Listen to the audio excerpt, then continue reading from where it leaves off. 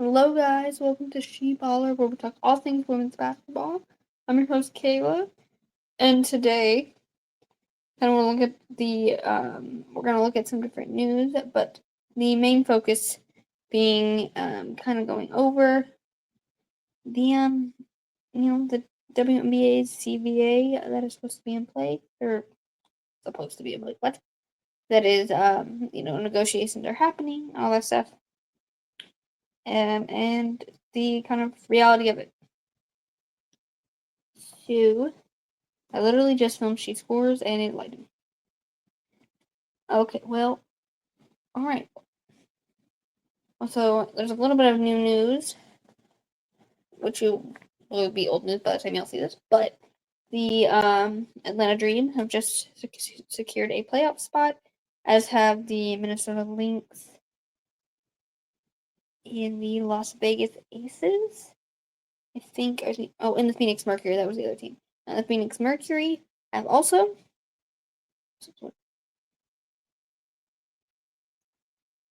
four teams at the moment out of the 8 that get to go. So yeah. The first ever ESPN Women's Invitational will take place in Fort Worth, featuring a game between Texas and Baylor on December 14th. That sounds pretty interesting. Didn't know that one. The NCAA has passed new rules to allow schools to pay players directly.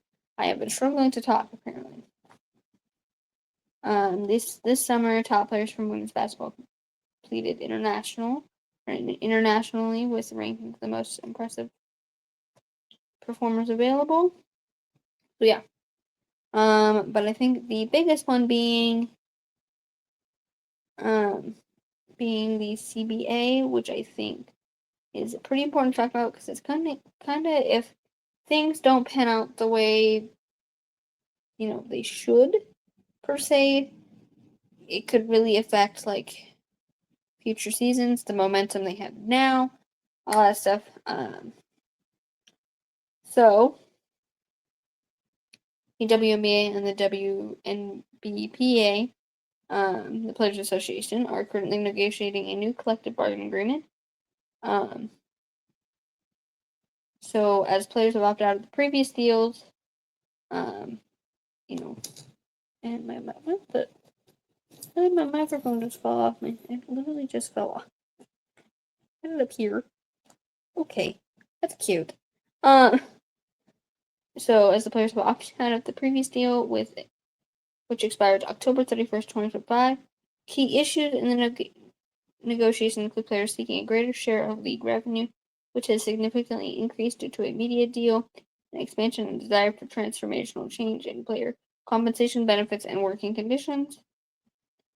A work stoppage is possible if a new agreement isn't reached by the deadline. The parties could agree to an extension. So a few things I see with this. So obviously, they include greater share of league revenue, which has significantly increased due to a new media deal and expansion, and desire for transformational change in player compensation. So obviously you see a lot of like now with the movement of the WNBA being brought more into light, by what people and what a lot of people are calling the Caitlin Clark effect, which I have an article that I had saved just for game changers for this, but they it's brought more to light, so now it's like more of like people see now kind of like the worth of the WNBA, and also more people are tuning in, and we saw this a few years ago, or not even a few, it was like 5+ years ago, obviously. We saw this soccer wise in the NWSL, people started tuning in and they started getting more brand deals and more media coverage, and more sponsorships, which is what the WNBA is kind of starting to see here. The issues I see from both sides is what you see is like instead of like keeping it professional and business talks, like obviously the Players Association rejects an idea, which is normal. Like, not everything is going to be passed the way it should be. My thing is just why are we like, in a sense, like bashing each other? Why is the league bashing? Why it's like I get miscommunication happens, but like, do we need to go bashing each other? Like saying, "Oh, well, you treat us horribly," and it's like I think there is a way to keep it professional, like, and also make it where people still will take the league seriously and people want to watch. Um, because if we see like, because it says here in October 31st of this year that the CBA currently expires, and a walkout is, I'm gonna say a walkout is pretty much inevitable, as players have said they're gonna do that if things don't change. I think the thing being of like that's really going to stop the WNBA's momentum they got going, and especially um, with like the likes of like Caitlin Clark, Angel Reese, Paige Beckers, right? You're good, and so many other players, that are now gaining this momentum with the league. It's like the league's not going to have that anymore, so it's really going to hurt them in the long run if a lot of the players stop playing and go overseas or play in other leagues. Because the other problem we're seeing, especially with the WNBA side, is they don't want them playing in a rival league, which, yes, makes sense to an extent, but also, like, you want the growth. My issue with, like, the basketball world in general is, like, you have you have talented players from other countries, not, like for example, for women, Belgium's really good too. And it's not just the U.S. or Brazil or whoever. Um, so do not want to incorporate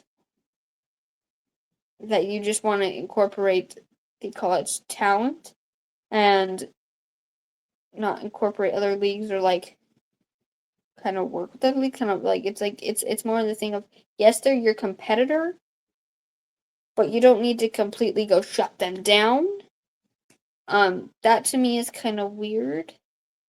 Like, why? I mean, I get business, um, but from a business standpoint, that's just like they don't want to do the hard work of actually like competing.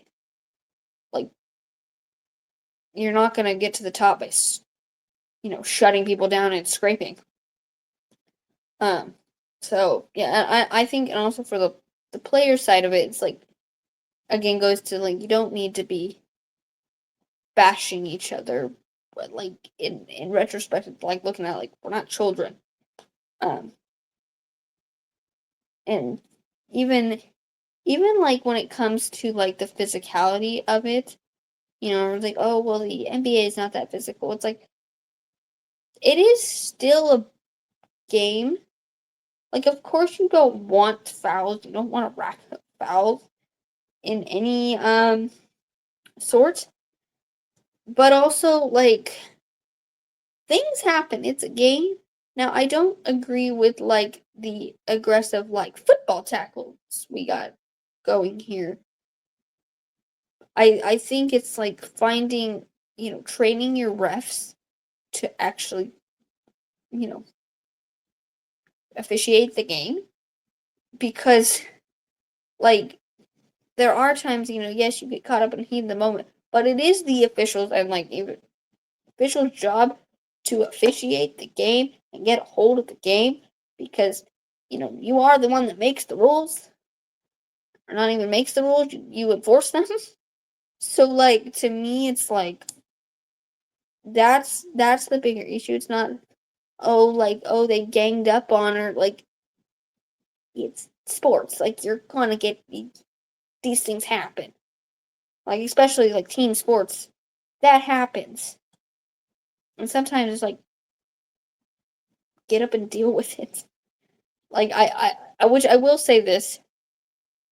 I have seen, obviously the players get up and they deal with it. That's the one reason I really like women's sports is because of that. Because sometimes, and I say this mostly from like my soccer background here, sometimes if you know, you know. And even like as someone who's like played recreational like soccer with like guys, if you know, you know. I'm just gonna say that because that's my thing in that. But I did kind of want to go and look at like what the WNBA like shutdown could look like. So obviously halt all league operations due to a lack of a new collective bargaining agreement between the league and the players union, leading to the cancellation or significant delay of the 2026 season. Some player access to team facilities and potentially delaying the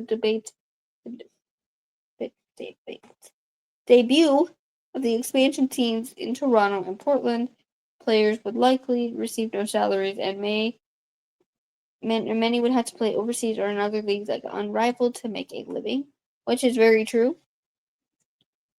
So obviously they wouldn't be able to go train, kind of like a, and it did say that they would. Oops, I don't want to get rid of that.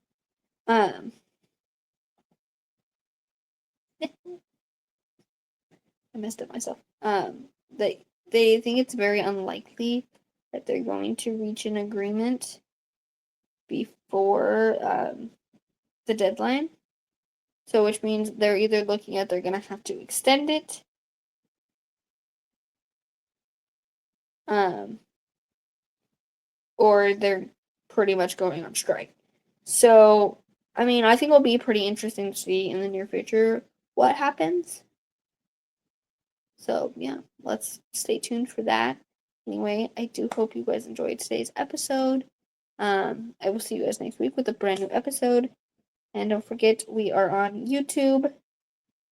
So I can do this again. YouTube, Podcast Player, Spotify, Amazon, iHeartRadio, and Apple Podcast.